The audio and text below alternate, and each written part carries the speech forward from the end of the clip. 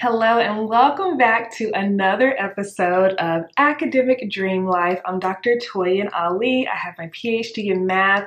I run a business called the Academic Society, and I also create these videos to talk about my experience and how I'm managing being a full-time academic as well as a business owner. Okay, so let's talk about social media. If you have been in the online business industry for any time, you've probably felt like, wow, social media is intimidating. There's a lot of different platforms and it feels like you have to post something every single day. So the thing that I want to talk about today is, as an academic entrepreneur, do we need to be posting on social media every day, or do we even need to be consistent with posting on social media for our business to grow? And so my short answer is, it depends. I personally do not need to post on social media every day or even consistently to keep up the growth of my business. And so I'm going to tell you how I do that in this video. So let's just talk about social media a little bit and the purpose of social media. So I think the answer to the question of whether or not you need to post on social media consistently to grow your business or not depends on social media's function in your business. So I do know a lot of people use social media as a means to attract their ideal audience or their ideal client or their ideal customer, like the people who you want to buy from you. A lot of people use social media to attract them. Like, they use social media as a means for new people to find them. For me and my business, that's never really been how it works. People aren't really looking for grad school stuff. Like, my business is about time management and productivity in grad school. People aren't really looking for time management and productivity in grad school on social media. So social media, I discovered, has never been a platform that people discover me on and then purchase from me because of my social media content. I think I used to think that way because a lot of business coaches and consultants would talk about having an online presence and having a social media strategy. And I would be on social media. I had an Instagram account, a Facebook business account, a Twitter account, and I thought about doing LinkedIn too. And that was just a lot and really overwhelming.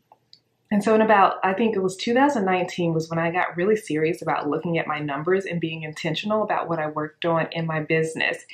And I started keeping track, like, how many followers did I get? How many people went to my website? Where were the people coming from that purchased my stuff? I kept track of all of those numbers. And guess what? Almost no one bought from me from social media. And I was like, why am I spending all of this time trying to do social media content if no one is buying from me from there? Instead, the place that people were buying from me were people who saw me on YouTube and they subscribed to my YouTube channel and they watched my YouTube videos and they signed up for my freebies and they went through my email sales sequences and they bought from me. And it's only after people experience me on YouTube or via my emails, that's when they come follow me on social media. So I wasn't actually attracting new people to me and my business from social media. Now, there are strategies to attract people to you on social media. There are ways to close clients and get new customers just from social media alone.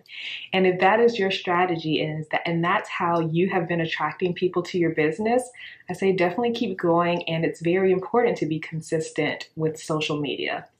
However, if your business is not attracting leads from social media, maybe it's not that serious for you to post consistently or every day on social media. So what's worked for me is to actually use SEO to get new people. And so I'm going to recommend 3 ways or 3 things you can do outside of social media to get people interested or get people to know about your business, how to attract new people to learn about you so that you don't have to be on social media every day, especially if it's not actually converting. So for me, I use social media for community. That's where I get to know the people who already know about me. That's where we get to know each other. I'm not using social media as a means to attract new people. And that's totally fine if that is what you are doing. That is not what I'll be talking about in the remainder of this video. So I think there's 3 ways that I've thought of so far that academic entrepreneurs can attract new people to their business without using social media. And number 1 is utilizing SEO, which is search engine optimization. So this, for me, is creating long form content that I call hero content. So this is content that you create that is relevant at any time so that any new person who has never heard of you can find this content, digest it, and see, oh my goodness, this person has great stuff to say. How do I learn more? How do I follow them? How do I get connected? How can they help me more? That's really the goal of my YouTube channel, is to create content like that. Content that can be found by my audience at any time to attract new people to me. And so I think YouTube is a great platform for that. And I'm not saying that you have to start a YouTube channel. Also, having a blog is great. Having a podcast is great. So creating long form content that can be searched, right? So that is search engine optimization, where the content you create really coincides with stuff that people are like typing into Google. So for example, one of my most popular videos on YouTube is how to become a college professor. I put so much work and effort into that video. I broke down step by step every single stage, every little thing you need to do to become a college professor. So if someone wanted to know how to do it, they can get pretty much everything they need to know from that video. I position myself as an expert, as an authority on becoming a college professor in that video. And it is my most popular video on my channel. I think now it has over 50,000 views, and it gets like at least 1,000 views every single month. And this is not because I'm promoting this video at all. It is SEO optimized, search engine optimized. People are literally typing into their computers, how to become a college professor. And that is the title of my video, and that is what my video is all about. And not a lot of people have content on how to become a college professor because not that many people are college professors. And so a lot of people find me that way. Also, grad school advice or grad school tips. A lot of my videos have that in the title or description, and that is how my grad students find me. And so you don't have to have a YouTube channel. You can do this with a blog or a podcast. And I think this is a nice way to create content kind of on your own time, instead of feeling like you have to post every single day or so consistently. Personally, what I do is I will film 2 to 3 videos at once and post 1 video per week. So one day of filming lasts me for 3 weeks and sometimes even a month. And for me and my teaching schedule, that just works best for me, because what I've found with social media is I have every intention to post on social media after my classes, but after teaching, I just feel so drained and I just can't even be bothered with creating social media content. So I don't. And so I have to learn to like not put that much pressure on myself. I mean, I know that social media is not the thing that brings profit in my business, but I do feel like I should be there and I should not like ghost on my people. So I'm still working on that balance myself, but my strategy is to use SEO versus social media content. So that's number 1, SEO content. Number 2 is like PR, public relations, and not to be like fancy, like having an agent who's booking you on Good Morning America, but being invited to do interviews on other people's platforms. That's a great way to get yourself in front of new audiences. So just this past week, I was interviewed by Dr. Emily Roberts on personal finance for PhDs. There are many people who listen to her podcast that have never heard of me. So this is a great opportunity to get new people into like my sphere of influence, which is amazing. And This does not just include being interviewed on podcasts. It could be collaborating on YouTube videos. This could be guest posting on someone else's blog. This could even just be like sharing someone's stuff on Instagram and like making connections with other people in your niche on Instagram, becoming friends with them so that you're top of mind whenever they do want to collaborate on something. This could also be writing an article for another website like Medium or something else in your niche. Right, so I think this is a good way to get in front of your audience, and this is not something that you have to do every single day or even every single week.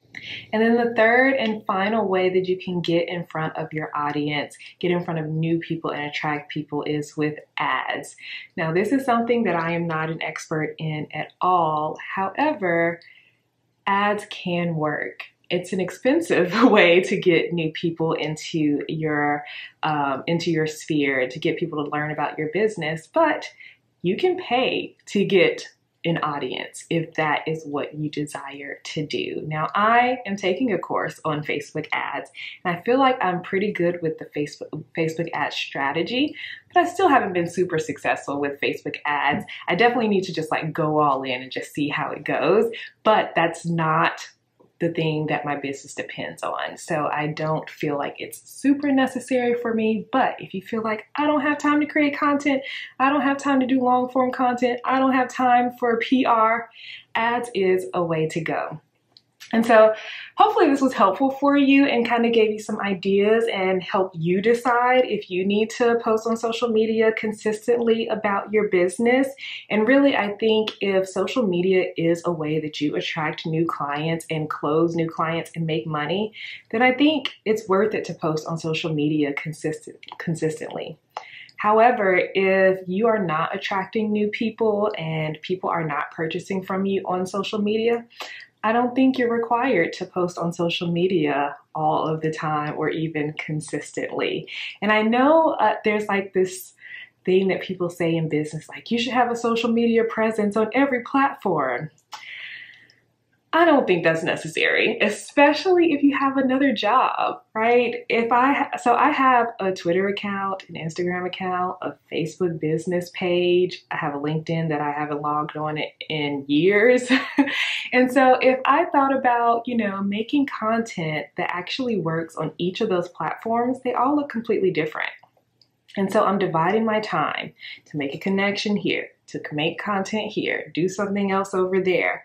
But what if, so you build a following on different platforms. So let's say I have 150 people on Instagram, 1,000 on Twitter, 25 on LinkedIn, 10 on Facebook, and I'm creating content for all of those. What if I just focus on one social media platform and I built a bigger following on just that one? I think that would be more beneficial. And a lot of those people who do recommend being everywhere, they pay for people to manage their social media. They're not doing the actual posting on all of the different accounts. They have people on their team who are doing that for them. And so that's my plan for the future.